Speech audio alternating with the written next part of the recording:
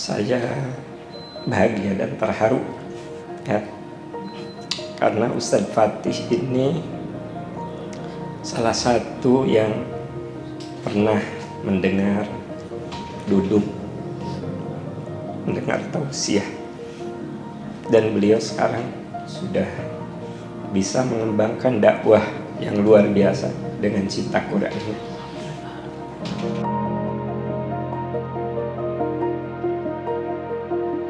Assalamualaikum. Ada Ustadz Aam Amiruddin. Assalamualaikum warahmatullahi wabarakatuh. Waalaikumsalam. Teman-teman semuanya, kita sudahi pembelajaran kita untuk sesi leadership pada kesempatan pagi hari ini. Kita akan sama-sama dengarkan nasihat, tausiah, inspirasi dari guru kita Ustadz Aam. Kepada Ustadz Aam, apa dosa? Duduk atau berdiri? Ustadz Fatih dulu, berdiri aja. Ustadz Fatih dulu. Aduh, Masya Allah, Alhamdulillah. Bismillahirrahmanirrahim. Assalamualaikum warahmatullahi wabarakatuh. Alhamdulillah, summa alhamdulillah. Allahumma sholli wa sallim wa barik ala Sayyidina Muhammad wa ala ali Muhammad. Alhamdulillah, di tanggal 1 Rajab, syahrullah, bulannya Allah, bulan yang mulia, bulan dilipat gandakannya amal-amal soleh kita, dan bulan dilipat gandakan pula dosa dan perbuatan maksiat. Na'udzubillah min zalik. Mudah-mudahan Allah jauhkan kita dari hal demikian. Alhamdulillah kita kedatangan guru kita yang mulia Ustadz Dr. Aam Amiruddin. Insyaallah antum bisa kebayang, saya itu tahun 97-98 ya, duduk manis di depan majelis beliau, memegang kitab, kemudian belajar langsung dari beliau, beberapa kali pertemuan langsung belajar dari beliau, dan sekarang Masya Allah beliau bisa datang ke pesantren muridnya. Ya, bisa kebayang ya, berarti pahala kita semuanya itu mudah-mudahan ngalir semua ke Ustadz Aam ya. Amin. Dan itu baru dari satu orang ya, bayangin berapa muridnya Ustadz Aam. Dan hari ini spesial ya, kakek guru berarti ya. Kan saya cucu anak ya, berarti antum cucu ya. Masya Allah, beliau akan memberikan banyak nasihat kepada kita, terutama antum di sini dicetak yang pertama dai, memiliki mental leadership yang hebat, komunikasi dakwah yang hebat, dan juga entrepreneur yang tangguh. Dan alhamdulillah yang dari Bandung mana, Cung? Insya Allah. Bandung, dari Ustaz. Bandung. Nah, Yeah. nih Ustadz Aam pasti udah kenal ya kalau Bandung mah ya. Alhamdulillah, dan teman-teman semuanya insya Allah kita akan simak baik-baik ya nasihat dari beliau. Mudah-mudahan Allah Subhanahu wa taala memberikan ilmu ya kepada kita, ilmu yang bermanfaat. Ya, disimak baik-baik ya, karena ini semuanya jarang sekali ya. Kita sudah main ke pesantren beliau, nanti antum semuanya main ya. Baru saya sendiri kemarin ke sana berkunjung langsung, Masya Allah, Ustadz, 10 hektar kawasan peradaban Ustadz Asep. Ada kepeternakannya, perikanannya, ada masjid yang waduh jadi sentral dakwah di sana ya. Mudah-mudahan kita punya seperti itu ya. Amin. Insya Allah, alhamdulillah ya. Untuk lebih lanjutnya kami tidak sabar mendapatkan nasihat dari Ustadz Aam. Fadhil Ustadz. Jazakumullah. Pakai kursi kayaknya. Biar berdiri aja. Masya Allah, alhamdulillah.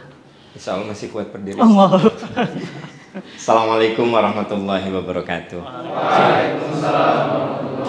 Bismillahirrahmanirrahim. Alhamdulillahirabbil alamin. La ilaha illallah wahdahu la syarikalah, lahul mulku wa lahul hamdu wa huwa ala kulli syai'in qadir.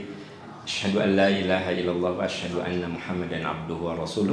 Allahumma shalli ala Muhammad wa ala ali Muhammad kama shallaita ala Ibrahim wa ala ali Ibrahim fil alamin innaka Hamidum Majid. Yang saya cintai Ustadz Fatih ya, Ustadz Fatih Karim. Yang saya cintai anak-anakku sekalian. Ya.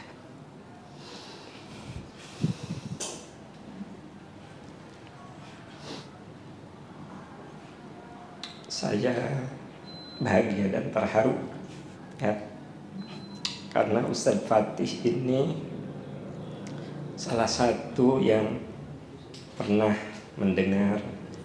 duduk mendengar tausiah, dan beliau sekarang sudah bisa mengembangkan dakwah yang luar biasa dengan cinta Quran. Kalau kita bicara dakwah, anak-anak sekalian, itu bicara tentang keberlangsungan. Ya. Kenapa saya terharu? Karena memang harus ada yang melanjutkan. Saya dengan Ustadz Fatih usia berbeda jauh. anak-anakku sekalian dengan Ustadz Fatih berbeda jauh. Artinya saya akan tidak ada. Iya. Ustadz Fatih tidak ada. Nah, yang akan melanjutkan. Nggak masalah. Jadi kalau kita bicara dakwah itu bukan bicara hari ini. Bukan. Tapi bicara sampai keberlangsungan di hari kiamat. Makanya kehadiran anak-anakku sekalian di pesantren Cinta Quran ini salah satu bentuk pemikiran futuristik. Jadi kita ini dalam hidup harus selalu berpikir ke depan, bukan sekarang. Dulu saya ketika di pesantren tidak belajar seperti Ananda semuanya, dengan teknologi komputer yang begitu canggih, dengan cara pembelajaran yang modern. Ya, saya saat itu 40 tahun yang lalu cukup dengan membaca kitab saja. Kitab yang diurat-oret begitu, yang dicoret-coret. 40 tahun yang lalu saya belum lahir. 40 tahun lalu ya. Masya Allah. Ya, jadi baru lahir. Ya, 40 tahun lalu baru lahir. Jadi 40 tahun yang lalu ya saya masih remaja gitu. Belajar dengan segala kesederhanaan. Dan saya menghadapi tantangan zaman seperti sekarang ini. Alhamdulillah Ustadz Fatih yang usianya di bawah saya 15, 16 bahkan 20 tahun melanjutkan. Ya. Nah, anak-anakku sekalian, Ananda semuanya, ini harus meneruskan kebiasaan yang bagus itu, yaitu berpikir yang futuristik. Jadi seorang dai itu harus berpikir futuristik. Itu yang pertama. Ya. Yang kedua, anak-anakku sekalian, seorang dai itu harus punya kemampuan leadership. Ini wajib gitu. Jadi mulai dari pemikiran yang futuristik. Pemikiran yang futuristik yang selalu melihat ke depan, ya, yang jauh ke depan, itu kemudian ditindaklanjuti gimana memanagenya. Masa depan itu X, bagaimana memanagenya gitu. Karena manajemen itu dipengaruhi oleh cara kita memandang masa depan. Jadi kemampuan manajemen kita itu dipengaruhi oleh bagaimana cara kita memandang masa depan, gitu.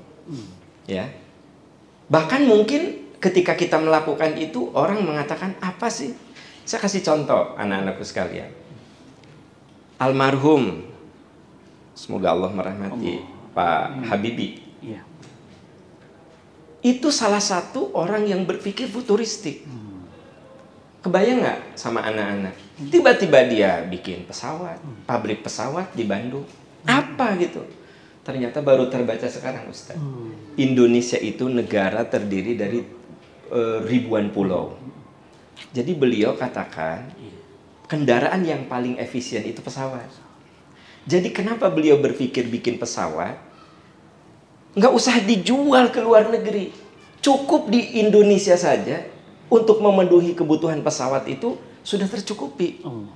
Bisa mengambil tenaga kerja ratusan ribu. Dan efisiensi. Kebayang anak-anak. Ada yang dari ujung sana, Aceh ada? Ada Aceh. Aceh. Nah, kalau pakai kendaraan, bis, Aceh berapa jam? Sehari semalam kalau nggak salah ya. Nah, coba kalau pakai pesawat. 2-3 jam. Dulu orang menertawakan, apa itu? Di Indonesia itu negara agraris. Bagaimana itu bikin pesawat? Ternyata terbacanya sekarang. Kita malah bergantung pesawat itu pada produk orang lain. Karena pada zaman itu pemikirannya beliau ketika zaman reformasi dihentikan. Tapi sekarang dikembangkan lagi. Coba kalau tidak dihentikan, kita sudah luar biasa. Nah, inilah kemampuan berpikir itu juga menentukan leadership kita. Jadi kalau Ananda nanti pulang ke rumah, ke kampungnya masing-masing, itu berpikirnya ke depan, lalu bagaimana kita manage ini. Karena kita tahu semuanya, Islam mengajari kita untuk selalu berpikir yang sistematis. A'udzubillahi minasyaitonirrajim. Innallaha yuhibbul ladzina yuqatiluna fi sabilihi shaffa ka'annahum bunyanum marsus. Anak-anakku, saya ngobrol dengan ahli sipil, kenapa Quran menyebut ka'annahum bunyanum marsus, bagaikan bangunan yang kokoh. Ada yang sudah ke Burj Khalifa? Di Dubai. Nanti sama Ustadz Fatih diajak. Amin. Insyaallah, amin. Biar saya traktir. Ya, kalau sudah kaya. Amin. Burj Khalifa itu gedung tertinggi di dunia. Bagaimana dia bisa berdiri kokoh? Itu karena di situ ada ahli-ahli yang luar biasa sekali. Jadi kenapa Allah menyebut bunyanum marsus? Manajemennya harus bagus dan kita butuh orang lain. Nggak bisa sendirian. Ustadz Fatih sengaja silaturahmi ke saya gitu ya. Saya sadar betul, oh ini cara beliau untuk mengajak berkolaborasi. Ya. Saya datang ke sini untuk menjawab, hayu kita bareng-bareng. Kenapa? Karena anak-anak sekalian, Ananda kalau sudah pulang ke daerahnya masing-masing, jangan merasa ini bisa aku kerjakan sendiri. Jangan. Kita ini butuh orang lain. Makanya disebut di dalam Al-Quran itu ka'annahum bunyanum marsus, seperti bangunan yang kokoh. Bangunan itu kokoh. Nih bangunan ini 4 lantai saja. Iya. Butuh bangunannya. Nah 4 lantai. Coba ada ahli sipilnya. Dihitung sama ahli sipil. Bukan hanya arsiteknya saja, ahli sipilnya. Terus apa lagi? Ahli saluran ini, kabel-kabel. Saya lihat ini nggak ada kabel ya. Nah berarti kan sama ahlinya dibikinnya, ya kan? Ada kabel tapi disembunyikan. Kan maaf ya, ada yang kabel keluar. Tarik ke sana, ke bawah, shot gitu kan gitu. Sampai si penceramah juga seringkali tersandung. Tapi kalau ini bersih, clean gitu loh. Kenapa? Saya yakin di sini waktu pembangunan masjid ini ada ahli khusus perkabelan sehingga rapi. Ya. Ada yang khusus menghitung struktur gitu. Ada arsiteknya. Jadi anak-anakku sekalian, yang namanya dakwah itu satu butuh pemikiran yang futuristik. Yang kedua butuh kemampuan leadership yang hebat. Yang ketiga kita butuh orang lain. Kita nggak bisa sendirian. Ya. Mohon maaf, kadang-kadang ada yang masih egosentrisnya. Saya kan, kalau dakwah seperti itu nggak bisa. Bisa, tetapi akselerasinya nggak akan bagus. Gitu. Tapi kalau dakwah yang saling menguatkan, saling berpegang teguh, saling mengisi kekurangan. Karena walau bagaimanapun manusia itu tercipta kurang kan. Ada yang jago hafalan, ya. Tapi lemah di analisa. Ada itu. Kalau bicara hafalan nggak usah diragukan. Satu kali dengar langsung. Tapi disuruh menganalisa agak loading. Ada yang jago analisa, hafalan lemah. Kadang masuk, wal asri juga masuk ke watini. Wal asri jadi masuk ke watini. Tapi kalau bicara analisa, jago. Tapi kalau bicara hafalan, lemah. Jadi memang Allah sudah menciptakan kita ini plus minus. Nah, Ananda sekalian nanti ketika turun di lapangan, lihat siapa yang bisa kita saling menguatkan. Oh, saya punya kekuatan itu. Ini, dia punya kelemahan. Yuk kita bergabung. Ternyata dia juga punya kekuatan, kita punya kelemahan. Yuk bergabung. Jadi, satu pemikiran yang futuristik. Yang kedua kemampuan leadership. Bahkan kemampuan leadership ini kunci kesuksesan. Katanya Ananda jadi apapun, effective leadership means effective communication. Nah, jadi di dalam efek ke leadership itu harus ada kemampuan komunikasi. Jadi kalau boleh saya urutkan, berpikir futuristik, yang kedua leadership, ya, yang ketiga kolaboratif, ya, kita butuh orang lain. Nah, yang keempat komunikasi. Komunikasi. Nabi Shallallahu Alaihi Wasallam itu beliau itu selain Al-Amin, terus apa lagi? Kemampuan beliau itu fatona, amanah, tabligh. Apa itu tabligh? Punya kemampuan komunikasi yang efektif. Nah, kalau kemampuan komunikasi efektif itu 3 unsurnya: etos, patos, logos. Jadi kalau kita bicara how to be a good communicator, gimana kita menjadi pembicara hebat, Ananda harus punya etos. Apa itu etos? Kemampuan yang diakui oleh orang lain. Jadi bukan kemampuan yang diaku-aku. Beda ya? Jadi gini, aku sih matematika jago, itu namanya kemampuan yang diaku-aku. Tapi yang namanya etos itu orang melihat bahwa Anda mampu. Nah, berarti Ananda kudu belajar terus. Jadi pembelajar.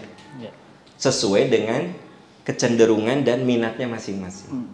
Karena dunia keilmuan itu, Ustadz, kita juga nggak bisa memaksakan. Misalnya anak saya sukanya manajemen. Nggak bisa saya paksakan kudu di kedokteran. Ya kan nggak bisa gitu loh. Nah, jadi artinya dalam dunia pendidikan itu setiap orang ada passionnya, ada kecenderungannya. Kalau di antara Ananda ada yang malah larinya ke bisnis, Ustaz, jago bisnis, ya itulah dakwahnya dalam melalui jalur bisnis. Bukan mendakwahkan, bukan membisniskan dakwah ya. Jadi maksudnya bukan membisniskan dakwah. Jadi maksudnya dia dakwah dengan kemampuan berbisnis gitu loh, ya. Makanya teman-teman saya di pesantren itu tidak semua yang jadi ustadz. Jadi dari satu kelas waktu itu 60 orang, yang jadi ustadznya mungkin 10 orang. Sisanya ada yang jadi pengusaha, kan? Ada yang jadi pekerja, ada yang jadi guru, kan gitu. Nah, ada juga yang menjadi direktur dari perusahaan istrinya. Direktur dari perusahaan istri, karena istrinya kaya banget. Oh gitu. Dicari jadi direkturnya. Nah gitu. Jadi maksud saya di sini adalah bahwa etos itu suatu kemampuan yang diakui oleh orang lain. Nah, Ustadz Fatih, guru kita semua itu nggak mungkin orang bisa mengamanahkan segini banyaknya kalau beliau tidak punya etos. Apa itu etos? Suatu kemampuan yang diakui oleh orang lain. Trust, wah ini orang ini bisa saya amanahi. Nah, itu namanya etos. Sekarang ada teman-teman, adik-adik, anak-anakku sekalian begitu pulang ke kampungnya harus menunjukkan apa sih kemampuan yang bisa diterima oleh orang lain. Ingat loh, bukan ngaku-ngaku ya. Awas, bukan ngaku-ngaku. Jadi artinya orang itu mengatakan, oh ini orang ini memang hebat nih pada bidangnya. Nah, gitu. Nah, itu etos ya, gitu. Nah, yang kedua adalah patos. Patos itu kemampuan untuk menyentuh sisi emosional. Emotional appeals. Jadi yang namanya manusia itu kadang ada yang harus disentuh dengan sentuhan-sentuhan emosional gitu. Ada mahasiswa saya yang dia itu cinta banget sama universitas sampai nggak lulus Ustaz. Gitu. MA mahasiswa abadi. Jadi nggak lulus. Nah, karena sekarang ini anak-anak sekalian, kalau saya jadi dosen punya mahasiswa bimbingan, kalau nggak lulus tuh yang ditegur saya. Kenapa Pak Aam? Ini mahasiswa ini nggak lulus kan gitu. Ya gitu. Jadi Ananda nanti kalau kuliah jangan bangga gitu. Aku itu ya 10 tahun kuliah di sini, itu butut, itu jelek gitu. Jadi kuliah yang bagus itu yang paling cepet kan gitu, bukan yang paling setia lama gitu kan gitu. Nah anak-anakku sekalian, akhirnya saya cuma ngomong gini, Bapak kamu apa kerjanya? Dagang Pak, dagang. Kebayang nggak sama kamu? Tiap pagi dia bekerja mencari nafkah untuk kuliah kamu. Kadang kena hujan juga dia mencari nafkah gitu. Cobalah selesaikan kuliahmu. Minimal bikin orang tuamu menangis saat kamu di wisuda. Ustadz, luluh kan? Itu emotional appeals. Langsung dia selesaikan. Tapi kalau peringatan dari dekan nggak digubris. Karena pendekatannya struktural. Bila saudara semester ini tidak selesai, maka saudara DO. Apa jawabnya? Ya pindah aja. Kan gitu. Ya DO di sini ya pindah aja, kan gitu. Emosionalnya. Nah, tapi begitu sentuhan emosional yang disentuh, ya. Cobalah kamu pikirkan. Kamu adik berapa? 3. Orang tuamu masih bekerja keras. Kalaupun kamu tidak bisa menafkahi adik-adikmu, minimal kamu tidak menjadi beban orang tua. Selesaikanlah kuliah. Toh cuma 6 bulan itu, skripsi beres. Bahkan kamu makan pintar, 4 bulan juga bisa. Padahal sebenarnya bodoh. Tapi kan kamu pintar, itu emotional appeals juga. Disentuh, oh gue pintar kan gitu. Padahal nggak pintar-pintar banget kan gitu. Nah, kamu kan pintar, kamu 4 bulan juga selesai. Benar Ustaz. 5 bulan selesai di wisuda. Nah, itu emotional appeals. Jadi ada saat kita menasehati itu tidak selamanya harus pakai dalil-dalil yang kata orang Sunda murudul yang dalil qala Allah Ta'ala ya qala Rasulullah sallallahu alaihi wasallam. Boleh jadi dalilnya sedikit tapi sentuhan emosional, rasa. Nah, di situ itu harus dilatih juga. Ya, gitu. Makanya Ananda kalau ingin how to be a good communicator katanya juga kadang kita perlu membaca tulisan-tulisan yang sifatnya menyentuh gitu, diasah rasanya. Nah, yang ketiga adalah logos. Logos itu logika. Jadi etos, pathos, logos. Kalau logos itu kemampuan yang logik gitu kan. Nah, kalau bahasa akademiknya teori-teorinya hebat, ada teori klasik, teori kontemporer, ya teori modern. Nah, itu dia kuasai logika ilmiah. Nah, ini kalau kita ceramah di depan orang-orang yang rasional. Kalau rasionalitas itu ya dipatahkan dengan ayat Quran belum tentu mengimani. Logik dia. Logik lawan logik lagi. Tapi kitanya harus lebih kuat dari dia. Kalau enggak, ya Anda yang kalah. Kan gitu. Berarti kita kudu balik lagi. Kudu jadi pembelajar, harus jadi pembelajar. Jadi memang dai itu harus belajar terus. Nah, jadi bagian keempat itu kemampuan komunikasi, yaitu etos, pathos, logos. Nah, etos ini dengan dengan kemampuan apapun yang anak-anak sekalian kuasai, tapi ingat kemampuan itu diakui oleh orang. Kayak begini deh, bacaan Qurannya keren banget. Tuh, itu etos. Ya. Wah, adzannya bagus banget ya. Orang mengakui ya. Itu etos.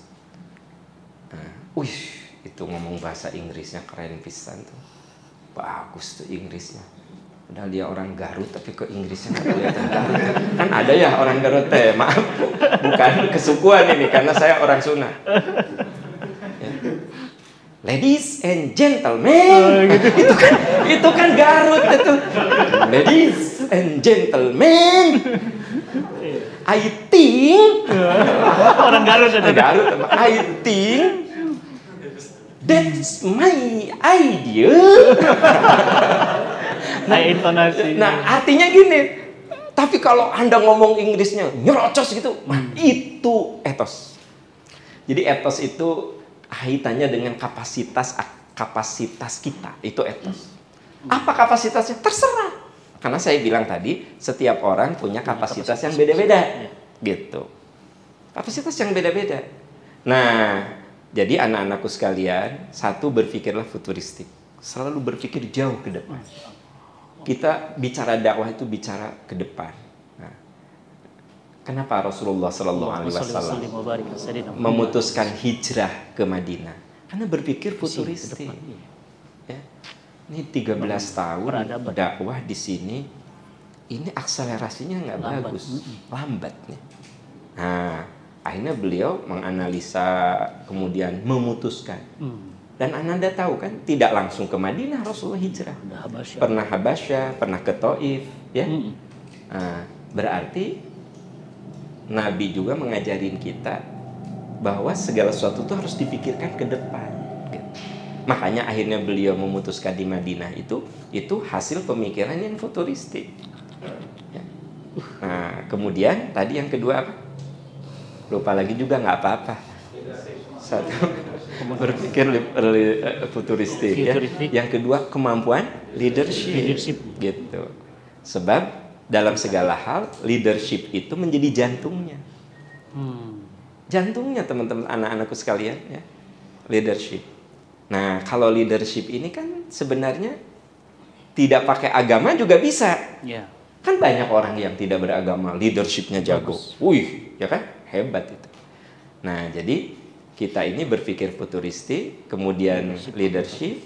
Yang ketiga, kolaboratif. Kita butuh orang lain. Bahasa agamanya ta'awun, Ustaz. Wa ta'awanu 'alal birri wat taqwa wa la ta'awanu 'alal itsmi wal 'udwan. Nah, yang keempat, komunikasi, ya. Nah, yang kelima, orientasikan semua itu li'i'la'i kalimatillah, untuk tegaknya kalimat Allah. Nah, ini jadi titiknya itu kalimat Allah, tauhid. Seluruh energi kita ke satu titik, li'i'la'i kalimatillah. Nah, kalau sudah begitu, tidak ada yang sia-sia dan tidak ada istilah gagal. Wah, aku gagal ya. Kenapa? Dakwah aku ditolak. Bukan gagal. Tidak ada gagal. Tapi kita kudu belajar mengevaluasi. Jangan-jangan dakwahnya itu ada yang harus dibetulkan. Mungkin komunikasinya, mungkin pendekatannya, mungkin ta'awunnya, gitu ya. Kolaborasi. Kalau nanti Ananda mau kolaborasi, maka biasakan yang dengan yang sama dulu. Jangan langsung berbeda, langsung bahas usoli kan, jadi langsung kan bicara langsung perbedaan. Usoli, kunut, bicara aja.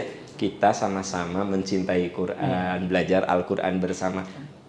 Satukan dulu hati, bahwa nanti ada perbedaan. Kalau hati sudah bersatu, insya Allah bisa saling memahami. Bisa saling memahami dalam arti dia bisa ikut kita, bisa kita ikut dia, atau bisa masing-masing tapi tetap duduk bersama gitu loh. Nah, jadi anak-anakku sekalian, itu 5 rumus dalam dakwah. Ya. Ujungnya tadi li'i'la'i kalimatillah. Kita ingin menegakkan kalimat Allah di muka bumi ini sehingga bumi ini menjadi bumi yang diridhoi Allah, yang penuh berkah.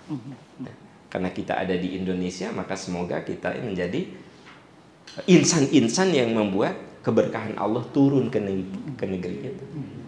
Ya. Nah, itu semua ada di tangan, ikhtiar, usaha Ananda semua. Amin ya rabbal alamin. Itu Ustaz. Masya Allah. Alhamdulillah. Nasihatnya dalam sekali buat kita semuanya. Sedikit ya, sedikit tapi dalam. Ya, itu memang bedanya kalau pakar ya. Kalau saya mah pakarnya beda, apa-apa dibuat sukar gitu ya. Jadi rumit ya, beda. Tentu beda jam terbangnya ya. Beliau sudah keliling Indonesia. Saat saya mahasiswa beliau sudah jadi Ustadz nasional. Seluruh TV nasional, TV-TV luar negeri sudah selesai beliau. Dan saat itu saya masih menjadi murid, bayangin antum. Sama kayak antum sekarang melihat saya nih. Antum murid kan? Nanti 20 tahun yang akan datang, saya berarti 60 tahun. Mungkin saya nggak ada, Ustaz Am nggak ada. Antum yang sudah menggantikan. Antum yang berjalan. Kita hanya semua sekarang sudah di bawah tanah. Antum nanti sudah masih di atas tanah. Melanjutkan risalah. Luar biasa Ustaz. Ini dari nasihat pertama saja tentang futuristik, saya juga jadi teringat Nabi Nuh alaihissalam. Ketika masyarakat bilang, bangun kapal kok di atas gunung gitu. Nggak futuristik. Iya. Ya. Gak futuristik. Antum dulu orang bilang kantor pos keren banget, kerja di mana? Kantor pos. Wih keren, kerja di mana? Telkom, keren dulu ya. Ternyata apa? Kantor pos sekarang punah. Kenapa? Kurang futuristik. Ternyata orang sekarang pakai email, pakai WA. Hah? Kantor posnya tuh. Ya, lihat Telkom dulu, telepon kabel. Sekarang telepon gak ada kabelnya. Ya, bahkan yang terbaru saat kemarin ada mobil BMW, saya ngeliat di Instagram. Itu nggak pakai GPS, jadi pakai mulut ngomong doang. Mau ke Lenteng Agung, dia yang balas. Lenteng Agung sebelum TB Simatupang macet total. Ustadz harus lewat dari Pasar Minggu, baru nanti putar balik. Kalau misalnya lewatnya dari Depok, bisa Ustadz dari Cijago. Keren banget. Nanti ke depan antum telepon, baru mau telepon kan kalau sekarang manggil telepon ya, Ustadz Aam Amiruddin, ngomong doang keluar nama. Nanti ke depan, baru dalam hati, kok kangen Ustadz Aam ya? Langsung keluar namanya.